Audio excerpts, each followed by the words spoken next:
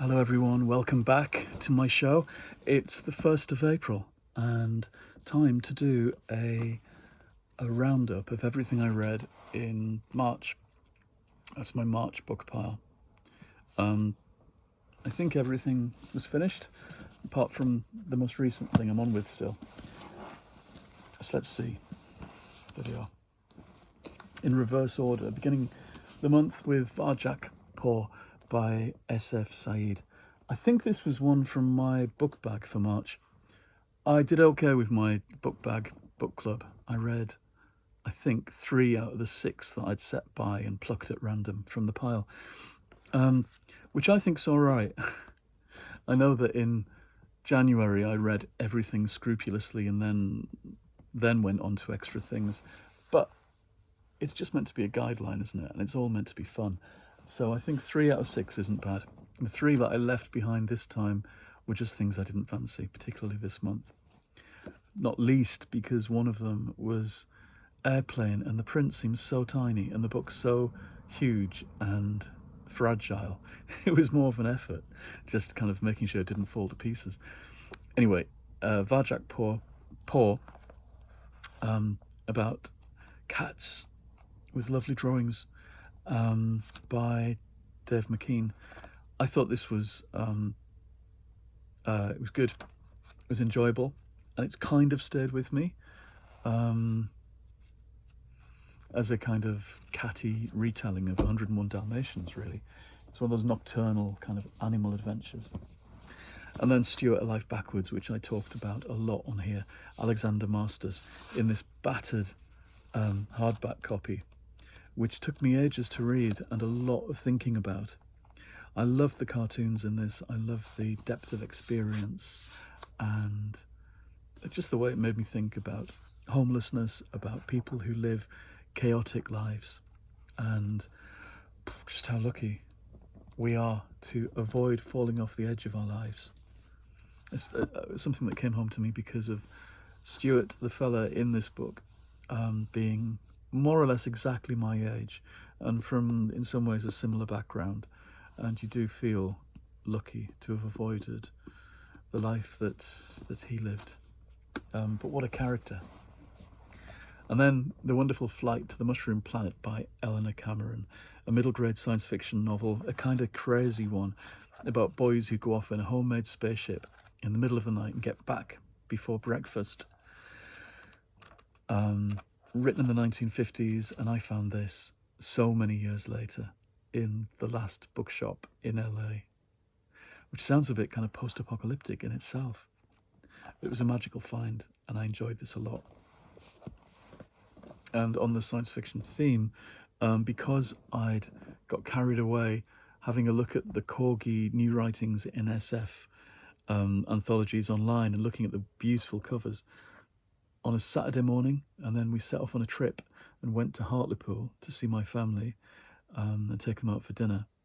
And in a nice bookshop in Hartlepool called, it was Treasure something, I think, or Tangled Web, I should remember. Anyway, I found volume 1 for £2, perfect buy, and thoroughly enjoyed this, from 1964. And I've got volume 2, which I've begun. And then more science fiction, The Fugitive Stars by Daniel Ransom, something I found for 50p in the YMCA charity shop in Stockport, an impulse buy. It's from the mid-90s, and I thoroughly enjoyed this. Proper science fiction thriller, slightly camp, slightly ridiculous, and I wish there was a movie. It's full of action, full of stuff to make you think, and some of that kind of X-Files conspiracy theory stuff, which seems quaint nowadays when the world has gone bonkers. A bit of old-fashioned 1990s paranoia and suspicion is quite welcome.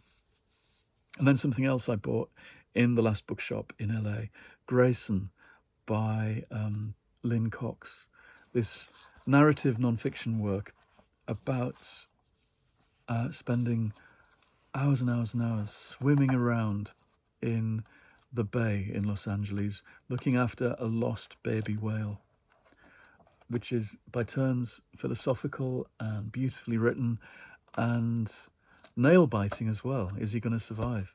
It's a lovely book. And then something I spent about a week with. My friend Stuart sent me this. It's one of his favourite science fiction novels in the world, Jack Finney's Time and Again. And I just loved it. It's very descriptive. So you really feel as if you've travelled with him from 1970s New York, although it's not. I think it's set later than the time he published it. I think it's meant to be early 21st century New York, although it doesn't ring true as that. It feels like 1970.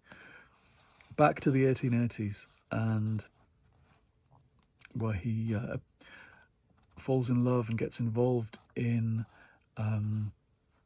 a blackmailing and a fire and this whole adventure.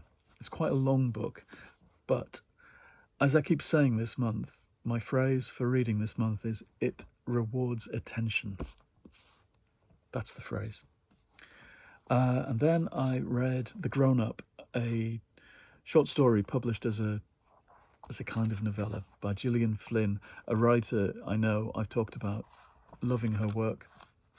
It just kind of glides, her fiction, into your head without you even knowing you're reading, which can make it hard to recall afterwards. It's interesting. Maybe it's too easy in the reading.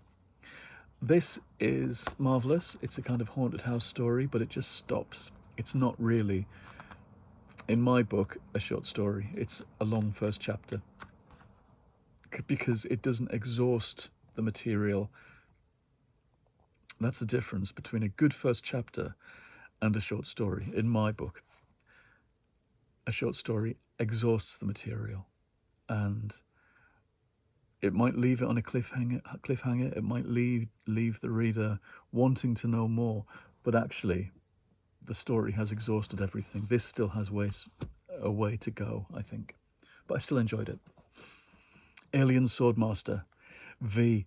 This is my return to this series after years and years and years. A series I began reading in 1985 when I was 15, when I read V. Here it is by A.C. Crispin. I got myself a new copy. And V, East Coast Crisis and The Pursuit of Diana. This is by Somto Susharatkal, who now publishes as SM Somto.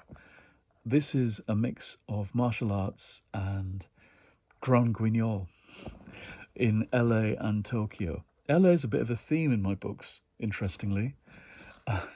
Following our visit of February. This is schlocky and tacky and ludicrous, and I absolutely loved it. It's full of fighting and the alien lizards taking on their natural forms and eating human beings at these terrible banquets, and this bunch of heroes dashing about and saving the day. Yep, that was smashing.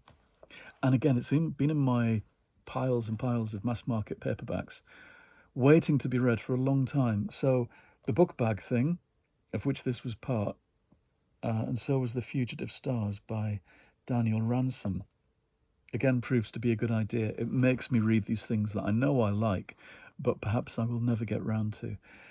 A lot of the books waiting for me are the next in series, when I've enjoyed series and bought the next one ready for when I was in the mood again. And sometimes you just have to bump yourself up the list. Now, the next thing I picked off my reading piles around the house. This is when I abandoned the rest of the book bag, thinking they all looked a bit tacky, really. I wanted something with a bit more heft to it. And so I read Free Love by Tessa Hadley, which I've talked about already. It's a wonderful book set in the 1960s, and it makes you believe that you were there. It does feel like books by Margaret Drabble and Nell Dunn, who she mentions in the acknowledgements. And I spent maybe a week or just under with this, and I just pored over every word. I've gone off and ordered other books by Tessa Hadley because I think she's really good. And then I'm reading Star Trek again. James Blish and his Star Trek adaptations of the early 70s. I first read these when I was, again, 14, 15, and taking them out of the library in Newton Aycliffe in this kind of edition. I was lucky enough to find this a little while ago in a kind of bargain basket outside the bookshop in Todmorden. And it's bliss to go back to these. I've only read a couple. Each chapter is a different episode from the show. And they're kind of, he's reordered them, he's rewritten them, he's made some of the stories make more sense. He's taken out all the kind of extraneous stuff. Again, like I said the other day, that business of somebody taking a story and seeing if it bounces, watching all the extraneous bits fall off, or if it just falls with a dull splat. And what Blish does is he makes all these episodes bounce. So that's what I'm on with. It's April the 1st, though, and it's time that I opened a new book bag. So I might do that tomorrow, actually. I'll catch up with myself and read some more of James Blish. And then tomorrow I'll come back and do tune in again. And I will choose a book bag at random from the heaps that I've set by. Okay, I'll see you again later. Bye-bye.